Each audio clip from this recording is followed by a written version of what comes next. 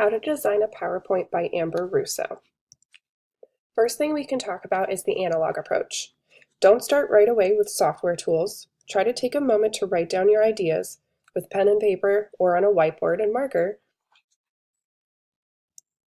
Color and pictures.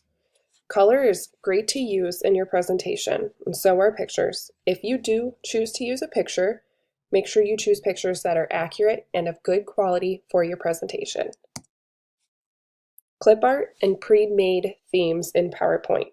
You should always avoid using the pre-made themes because from this example you can see how much the pictures and shapes take away from what your message is.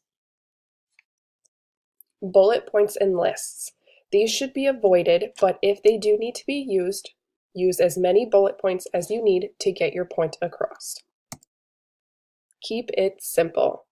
Too much clutter makes it hard for the viewer to understand what you're talking about as they're looking all over the screen to try to find out what your message is.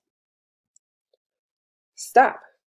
Presentations can be very ineffective if we do not stop and take a break. We need time away and time alone to clear our heads. Thank you for listening to the presentation.